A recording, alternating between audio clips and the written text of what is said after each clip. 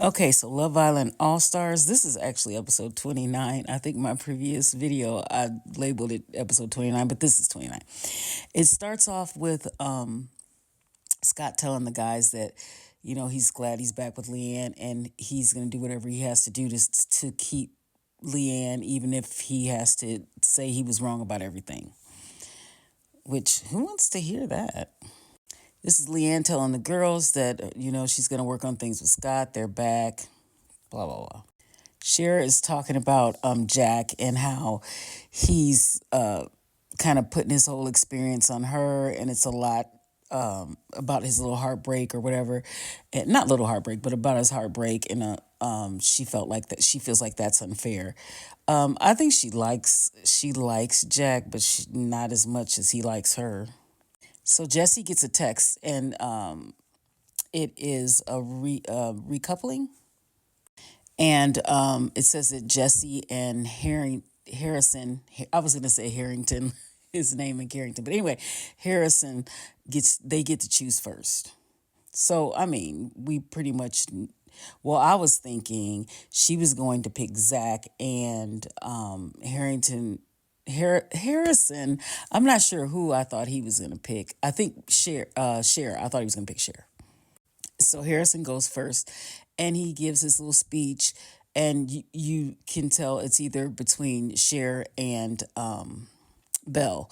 And then he says he doesn't like the way Belle has been treated in the villa. I mean, okay, Belle's not quite the victim, but okay, Harrison. So he picks Belle. Jesse goes first, and you couldn't really tell who she was going to pick, but she ended up picking Tommy. So she picked Tommy. I thought for sure she was going to pick Zach, and so did Millie. She was worried. Cher, when she picked, she ended up picking Jack. I think he was probably the only. Well, there were other ones up there, but it was obvious that Jack was left who she was going to pick. And she did give a speech saying they have some things to work on. She doesn't seem very happy in her Jack couple, and she did seem disappointed that Harrison didn't pick her. And Zach, or not Zach, but Jack was not disappointed at all. I know he wanted to jump and do a sidekick when Harrison picked Belle.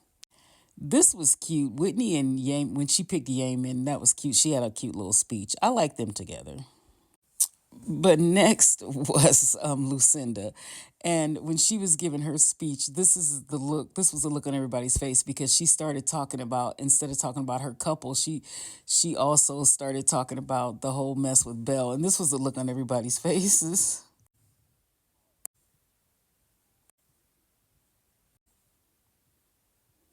Like, girl. But at this point, Lucinda, she bugged me, but at this point, it's comedy for me because what are you even talking about?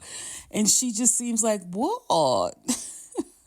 So, anyway, the other couples were Scott and Leanne, Kieran and Sammy, the usual. And Helena and what's his name? Carrington. Now I can't think of Carrington's name when I need to say it. But anyway, the other couples were the ones we figured would be coupled up.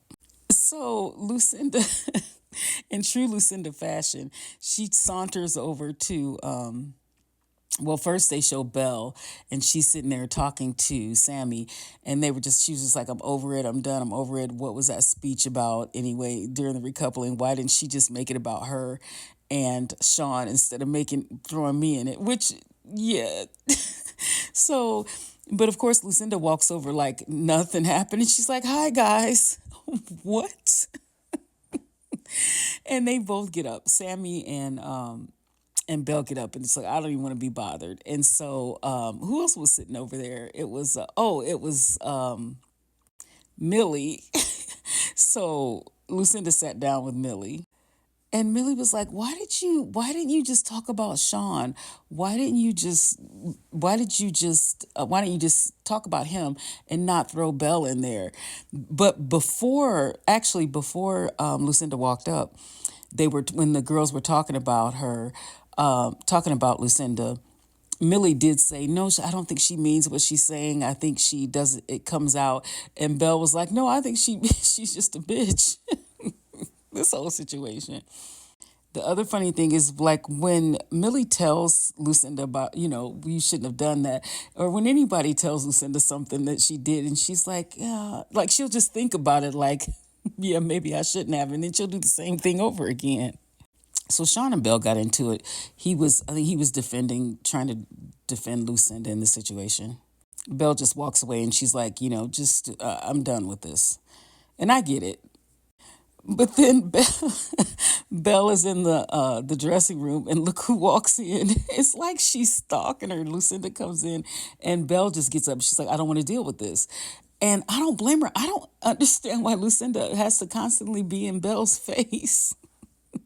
But finally, Belle talks to her, and she was like, listen, I don't want to deal with this. And Lucinda just really wants to get her point across about how she did the exact same thing. And I think she wants Belle to maybe acknowledge it and say, yes, I did the same thing. But I guess that's what she's looking for. But Belle is not giving it to her. I don't think Belle's going to admit to that.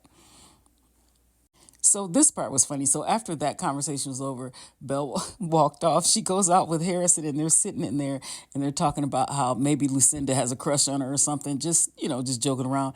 And then who walks out again and gets on the daybed next to them? Lucinda. And she's like, I just want to lay down. And so she goes lay down. Now, listen, I guess maybe Lucinda wants some camera time. That could be part of it. But this girl, she annoyed the heck out of me. But now at this point, it's just comedy. This is hilarious. Tommy's talking about Jessie saying that she could have picked Zach, but she didn't want to break up a couple. And I guess she can be with Tommy and still talk to other people. That's what he was getting out of it. And he was telling Lucinda that Lucinda was sitting next to him also, and then Cher was sitting there listening too.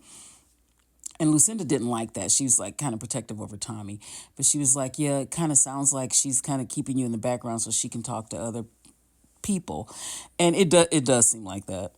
So the guys are, I think they're on the terrace, and they're talking about how Cher looked like she was disappointed that she didn't get picked by Harrison. And so it's Harrison sitting there and Scott, and then Carrington is sitting there talking. And Carrington said, yeah, she looked, or Scott said, yeah, I don't think she would have been mad if you picked her. And Carrington made some comment, and then this is Scott noticing that just up the way on the other side, Jack was laying there sleeping. I don't know if he heard. I don't think he heard them, but that was them realizing he was there. There he is. Cher's talking to the girls about her situation with Jack, and she said the pros. I think she said the pros do outweigh the cons, but the cons are big cons. Oh my God, this is her and Jack talking, and Jack, he just seems so desperate, and it's still awkward. It's hard to watch them.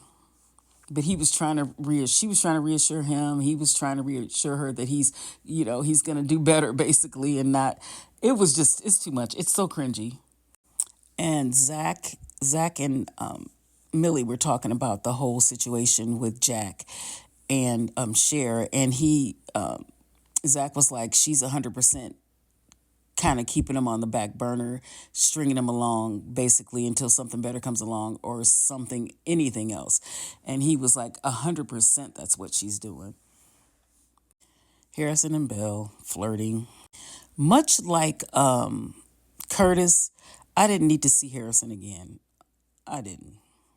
This is Jessie talking to Helena about what Tommy said, because Tommy mentioned to her that he had talked to Helena and what Helena thought about him, about her just kind of keep picking him because he was the easy option. And she's telling Helena that that's not what she did. And Helena was also telling her she wasn't trying to start anything. She was just having a conversation with him.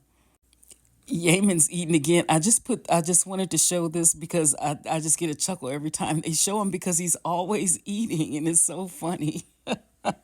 Like every situation If you look in the background, you can see Yemen eating.